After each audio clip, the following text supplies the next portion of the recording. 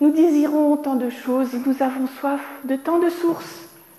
Assemblés ce matin, si divers, unis par le seul lien de la parole, ou peut-être par un même désir, une semblable soif de Dieu. Alors nous essaierons d'écouter sa parole, d'entendre sa voix, de dire paisiblement notre prière. La grâce et la paix vous sont données de la part de Dieu qui nous rassemble et de Jésus-Christ qui nous conduit. La grâce, c'est cet amour que Dieu nous donne sans rien demander en retour. La paix de Dieu, c'est cette force dans laquelle nous pouvons puiser pour lutter contre le mal en nous et autour de nous. C'est cet abri dans lequel nous pouvons nous ressourcer, nous reposer. Bienvenue à vous en ce temple où Dieu notre Père nous a convoqués. Bienvenue aux parents qui nous confient leurs enfants. Bienvenue en particulier aux nouvelles familles qui n'hésitent pas à apporter de la nouveauté dans leur vie, malgré les incertitudes liées à la situation sanitaire. Bienvenue aussi à vous qui nous suivez de loin, vous qui parfois avez renoncé à venir de peur que nous soyons trop nombreux avec la rentrée des parents. Vous êtes liés tous à nous par l'Esprit Saint pour former un seul corps, l'Église de Dieu qui nous accueille. Remercions donc le Seigneur par notre louange, avec ce psaume de confiance que nous pouvons dire dans toutes les occasions de notre vie. Psaume de David. Le Seigneur est mon berger, je ne manquerai de rien. Il me fait coucher dans de verts pâturages. Il me dirige vers des eaux paisibles. Il restaure ma vie. Il me conduit sur les sentiers de la justice à cause de son nom. Même si je marche dans la vallée de l'ombre de mort, je ne crains aucun mal, car tu es avec moi. Ta houlette et ton bâton, voilà mon réconfort. Tu dresses devant moi une table en face de mes adversaires. Tu enduis ma tête d'huile, ma coupe déborde. Oui, le bonheur et la fidélité m'accompagneront tous les jours de ma vie, et je reviendrai à la maison du Seigneur pour la longueur des jours. Et je vous invite à continuer cette louange avec le cantique 271. Dans nos recueils de cantiques, c'est le numéro 271, ce n'est pas la page 271.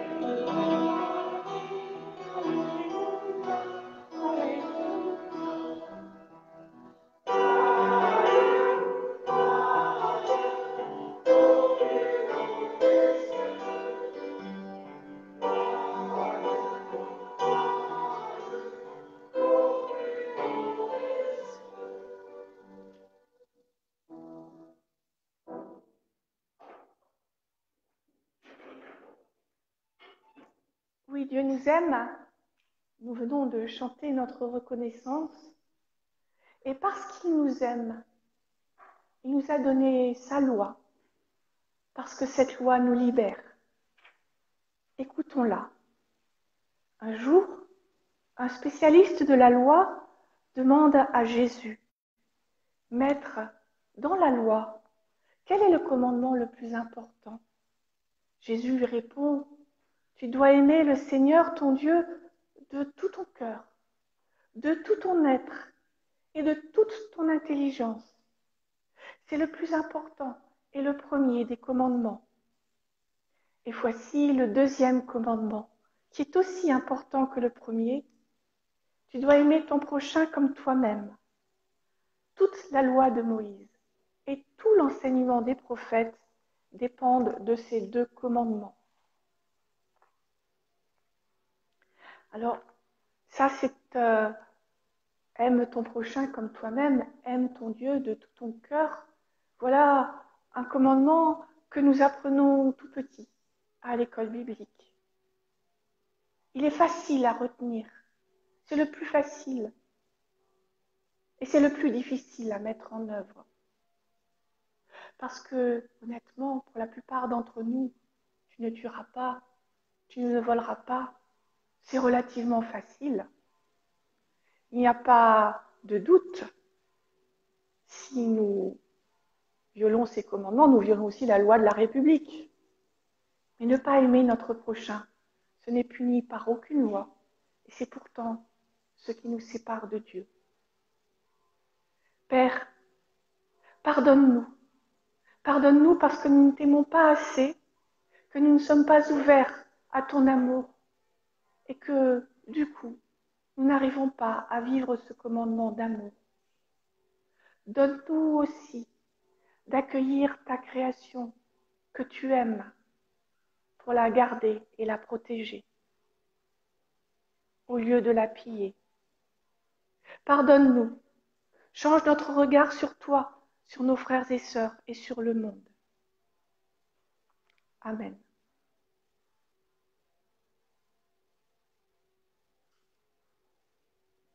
Dieu est patient. Depuis le commencement, depuis la nuit des temps, nous dit la Bible, il veut que l'être humain soit debout devant lui, en relation avec lui, et du coup en relation avec les autres. Et depuis le commencement, Dieu pardonne aux humains leur incapacité à se tenir debout devant lui, leur incapacité à reconnaître en l'autre un être à respecter et à soutenir. Depuis le commencement, il nous guide, il nous parle, il nous pardonne et il nous accueille comme ses enfants. Que Dieu nous mette au cœur l'assurance de son pardon et qu'il nous donne de marcher ensemble vers son royaume. Je vous invite à chanter notre reconnaissance avec celui qui s'appelle « Frappe des mains » dans les petites feuilles blanches pour les nouveaux. Et je vous invite à vous lever.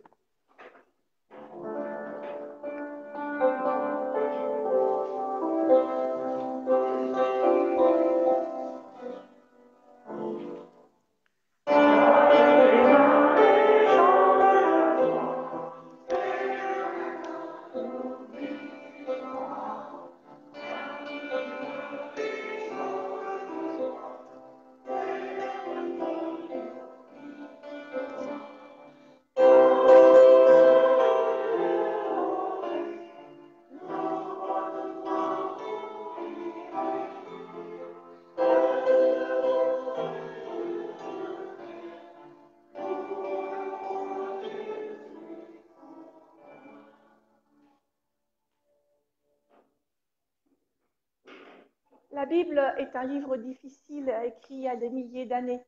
On ne connaît pas de livre aussi gros, aussi ancien qui nous soit parvenu en aussi bon état.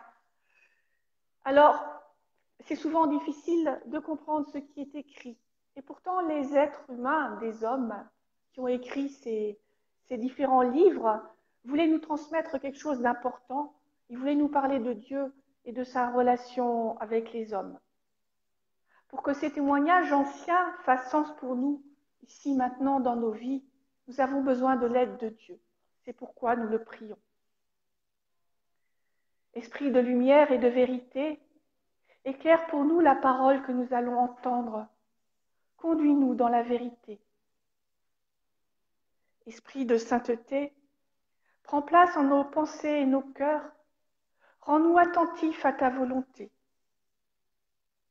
Esprit d'amour, de joie et de paix, brille en nous comme une flamme que rien ne puisse éteindre. Amen. Alors, nous allons lire le même passage que les enfants de l'école biblique dans le livre de Jonas, au chapitre 2, les 10 premiers versets. Le Seigneur envoie un grand poisson pour avaler Jonas. Jonas reste dans le ventre du poisson 3 jours et 3 nuits. Dans le ventre du poisson, il prie le Seigneur son Dieu. Il dit « Je suis très malheureux. Alors je crie vers toi, Seigneur, et tu me réponds. De la profondeur de la mort, j'appelle au secours et tu entends ma voix. Tu m'as jeté dans un trou profond au cœur de la mer et l'eau m'entoure. Tourne tes vagues et toute ton eau tombe sur toi. Et moi je dis, tu m'as chassé loin de tes yeux. Pourtant je veux revoir ton temple saint. L'eau m'arrive jusqu'au cou. La mer m'entoure, des herbes s'enroulent autour de ma tête. Je suis descendue jusqu'au pied des montagnes, je suis dans le monde des morts, et les portes sont fermées à clé derrière moi pour toujours. Mais toi, Seigneur mon Dieu, tu me fais remonter vivant de ce trou. Seigneur mon Dieu, je vais bientôt mourir, alors je me souviens de toi, Seigneur, et ma prière monte près de toi dans ton temple saint. Ceux qui adorent les faux dieux n'ont aucune chance d'être sauvés, mais moi, je chanterai ta louange, j'offrirai des sacrifices, je tiendrai les promesses que je t'ai faites. Oui, et c'est toi qui sauves, Seigneur. Seigneur, ta parole est vérité. Sanctifie-nous par ta vérité. Amen. Oui, c'est toi qui sauves, Seigneur. Seigneur, c'est toi notre secours. Le cantique 544. Ah non, c'est 544. Seigneur, c'est toi notre secours. Eh bien, oui, ce n'est pas moi qui ai mis sur le tableau. 544, c'est toi notre secours, que tu connais par cœur de toute façon, si, on le chante souvent.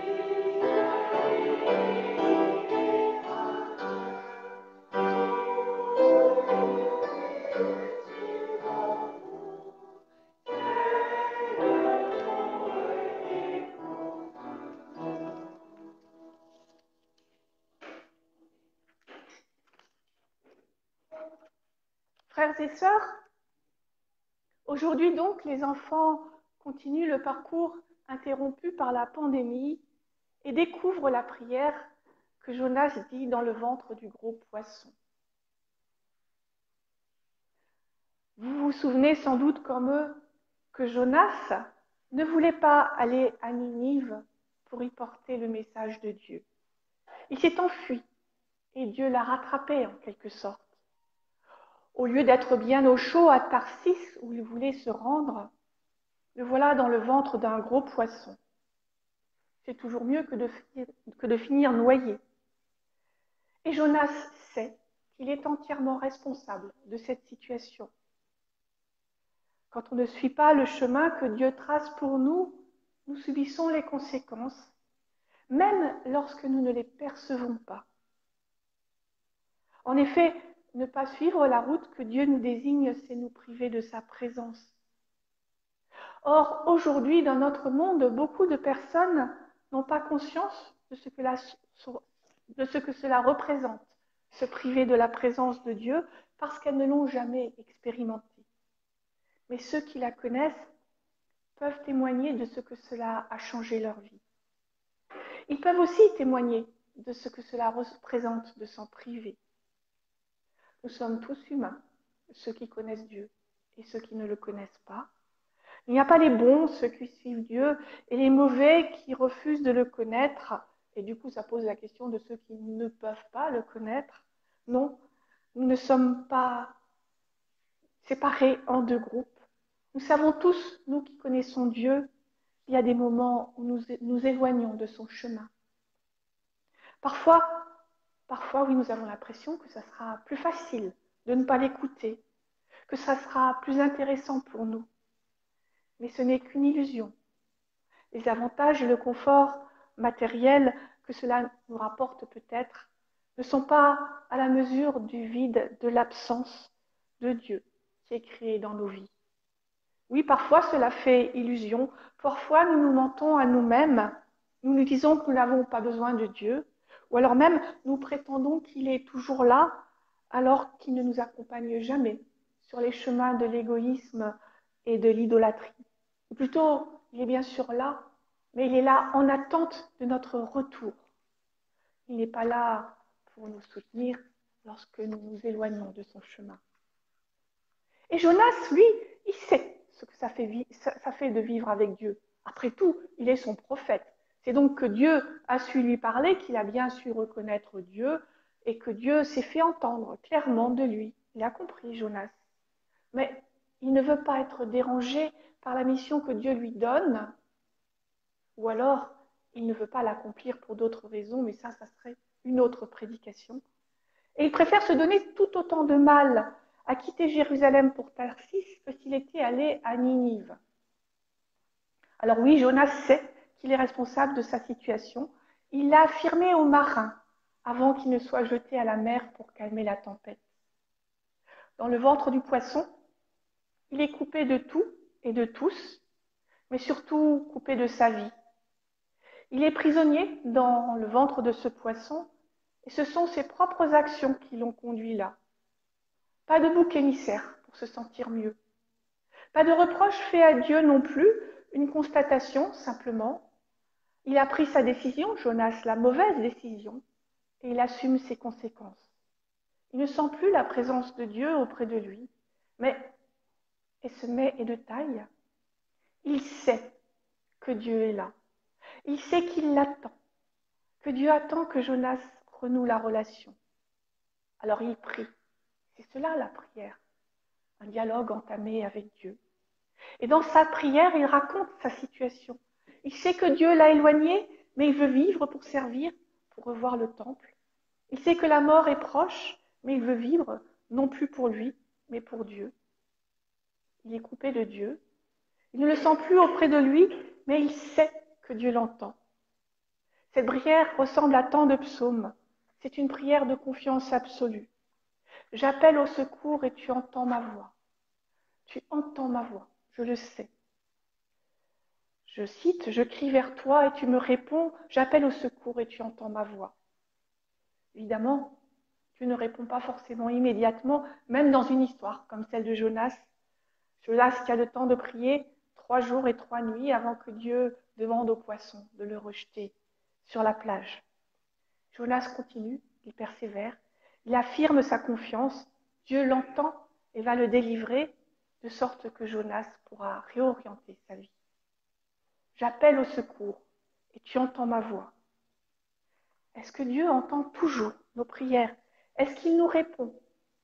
Voilà un grand sujet de réflexion et de débat jamais fini entre nous ou avec d'autres. Ce qui est certain, c'est que parfois nous prions pour des choses très importantes et que nos prières ne se réalisent pas. Dieu ne répond pas à notre demande. C'est évidemment vrai pour les choses qui ne le sont pas, comme quand on lui demande de bonnes notes sans travailler ou une belle prime de fin d'année. Mais c'est vrai aussi quand on lui demande de sauver un proche ou de soulager des souffrances. Alors Dieu n'entend-il pas? Revenons à Jonas. Il prie, il a confiance. Il sait que Dieu va le sortir de là pour qu'il puisse retourner au temple. En réalité, Dieu l'entend, il le secourt et il l'envoie à Ninive et pas au temple. Peut-être finira-t-il, Jonas, par rentrer à Jérusalem, mais l'histoire ne le dit pas. J'ai expérimenté, d'autres aussi, que Dieu entend et même qu'il répond, mais pas forcément comme nous l'attendions. Il ne nous donne pas ce que nous voulons, mais ce dont nous avons besoin, et c'est différent. Jésus l'a promis, et c'est une réalité dans la vie de ceux qui sont attentifs. Quand on ne se rebelle pas en disant « puisque tu ne m'as pas exaucé, je ne veux plus rien avoir à faire avec toi », si on ne se résigne pas, Dieu voulait cette épreuve et je n'ai pas à le questionner. Et si au contraire, on prend le recul nécessaire, on se rend souvent compte a posteriori que Dieu nous a donné ce dont nous avions besoin. La force pour nous relever, la volonté d'avancer, la présence et le soutien du Christ, des frères et sœurs qui nous aident, tout simplement. J'appelle au secours et tu entends ma voix. Quand on se sent seul, prisonnier de nos peurs, de nos fautes, comme Jonas dans le ventre du poisson, il suffit d'appeler Dieu au secours et il entend. Il délivre chacun de ses enfants. Il leur accorde la libération. Mais cette libération ne vient pas forcément comme nous l'entendons. Pour la vivre, il faut souvent sortir de nos habitudes, arrêter de nous regarder le nombril. Jonas va sortir du poisson, il va être physiquement libéré, mais la suite de l'histoire, pour ceux qui ne la connaissent pas, c'est tout petit dans la Bible, montre qu'il reste prisonnier de ses préjugés, de ses a priori.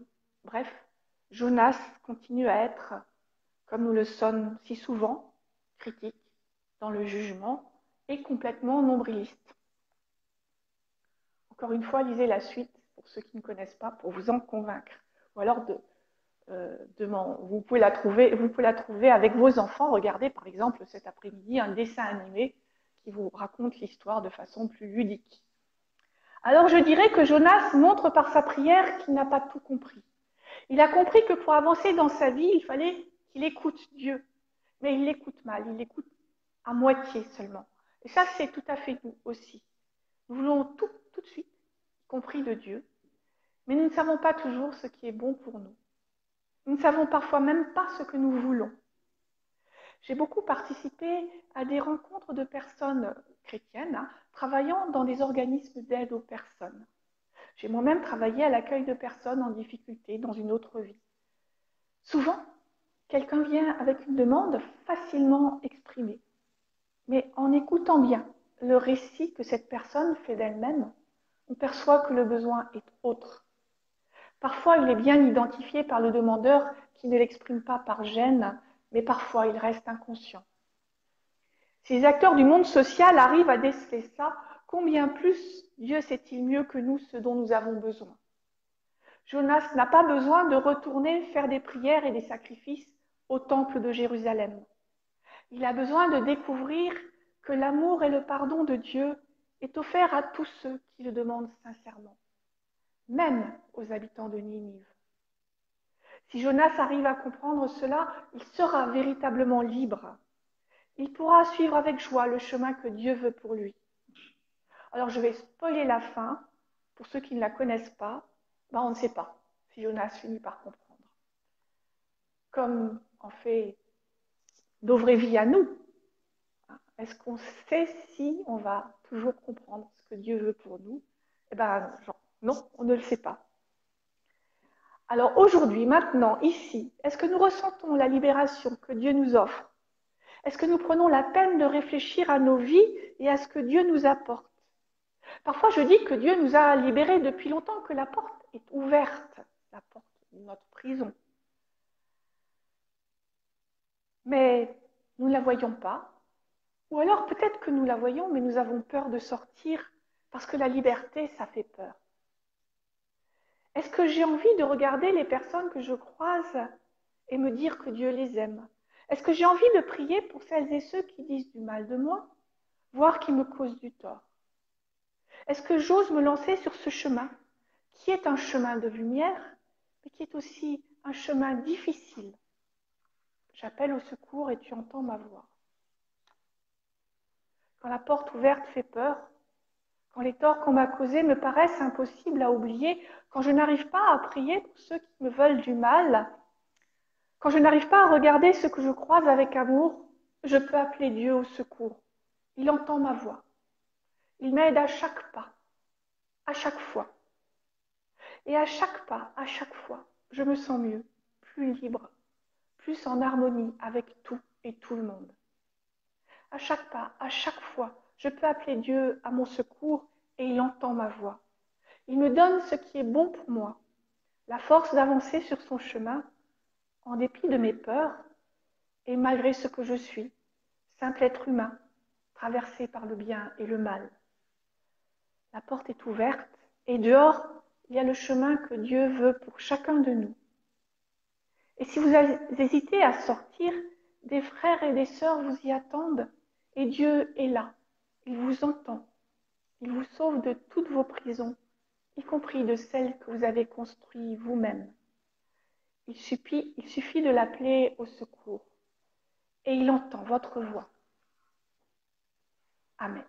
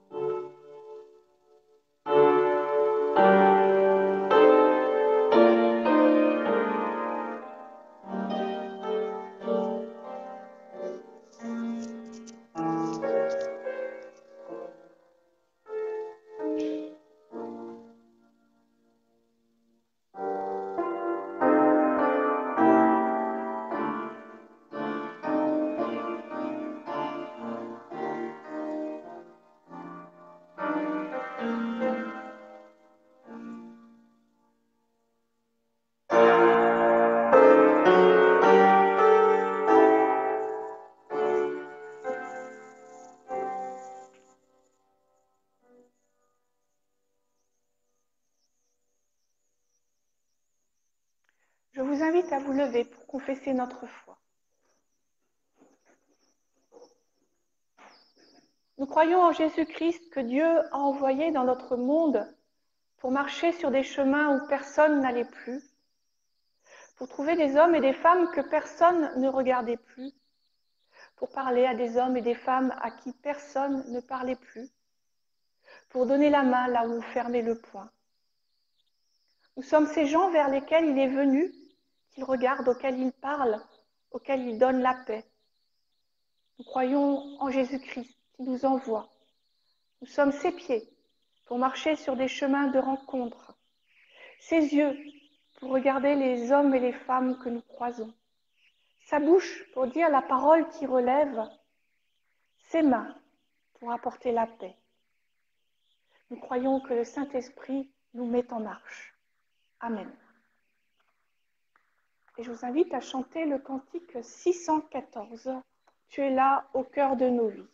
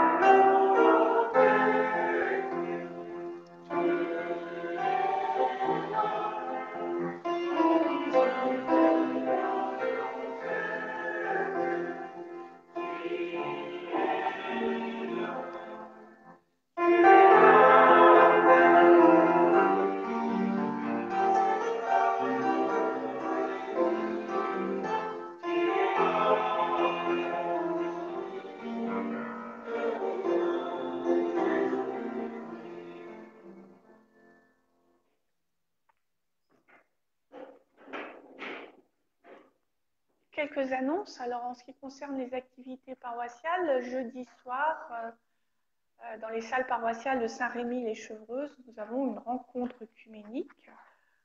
J'y vais, donc je peux faire du covoiturage. Le thème de cette rencontre sera le vent. Là aussi, nous reprenons là où nous en étions laissés. Nous avions commencé à repérer les éléments dans la Bible par la lecture et la discussion autour d'un certain nombre de textes bibliques. D'habitude, on traverse la Bible de la Genèse à l'Apocalypse avec un petit choix de textes. Sinon, j'ai une annonce de la part de Marc. Derrière, il y a un fauteuil à vendre. Et puis, dans l'entrée, vous avez des confitures. Si vous voulez en acheter aujourd'hui, par contre, il va falloir sortir par la sortie, rentrer par l'entrée pour éviter les croisements de personnes. J'invite les parents à rester assis, à ne pas sortir, parce que les enfants n'auront pas fini. Et puis, je vais enfin pouvoir avoir ma petite mini réunion de rentrée avec les parents que je n'ai jamais réussi à avoir depuis que je suis ici, parce qu'ils sont tellement contents de se rencontrer que je ne veux pas les interrompre, je les laisse discuter. Voilà. Janine, vous n'hésiterez pas à rentrer chez vous, j'ai les clés, inutile d'attendre que tout soit terminé. Est-ce que j'oublie quelque chose? Ah ben oui, dimanche prochain, bien sûr, dimanche prochain, c'est Christopher Annandale qui fera le culte ici, pendant que moi je ferai le culte à ma cour, donc pour ceux de la vallée de Chevreuse. Voilà. Donc j'espère que nous serons tous heureux de nous retrouver, chacun de notre côté. Moi, je sais que je serai très contente de retrouver ceux qui sont à ma cour et qui, en ce moment, hésitent à se déplacer. Pour l'offrande, eh bien, nous faisons comme d'habitude. Nous avons une jolie boîte, je ne sais plus où elle est, qui est près de la sortie. Et merci Philippe. Et donc, elle va servir à récolter vos offrandes, ce qui nous évite des contacts trop rapprochés, encore une fois. C'est maintenant le moment de nous tourner eh bien, vers le monde et de porter notre prière vers le monde. Seigneur, dans notre prière de ce matin, nous portons devant toi tous les humains, nos frères et sœurs, celles et ceux qui souffriront tout ce jour en leur corps et qui peut-être ne trouvent plus aucun sens à leur vie. Ne nous laisse pas les oublier. Nous te prions pour l'ensemble de ta création menacée par les humains, pour les animaux que tu as bénis, les plantes que tu as trouvées bonnes, l'eau que tu nous as donnée comme source de vie. Nous te prions pour tous ceux qui souffrent des changements climatiques. Donne-nous de savoir arrêter la progression de ces changements et de savoir accueillir ceux qui en seront inéluctablement victimes. Nous te prions pour les responsables des nations, qu'ils comprennent que l'avenir de l'humanité est plus important que leur élection et que les intérêts économiques des plus riches et des plus puissants. Nous te demandons aussi plus particulièrement de les guider au mieux dans cette lutte mondiale contre la pandémie. Père, nous te prions pour nous-mêmes. Aide-nous à rester dans la confiance, à combattre pour ce monde que tu as confié par nos soins, nos votes et nos voix. Et parce que nous sommes tous tes enfants, nous pouvons t'adresser ensemble la prière que Jésus nous a enseignée. Notre Père qui es aux cieux, que ton nom soit sanctifié, que ton règne vienne, que ta volonté soit faite sur la terre comme au ciel. Donne-nous aujourd'hui notre pain de ce jour. Pardonne-nous nos offenses, comme nous pardonnons aussi à ceux qui nous ont offensés. Et ne nous laisse pas entrer en tentation, mais délivre-nous du mal, car c'est à toi qu'appartiennent le règne, la puissance et la gloire, au siècle des siècles. Amen. Je vous invite à vous lever.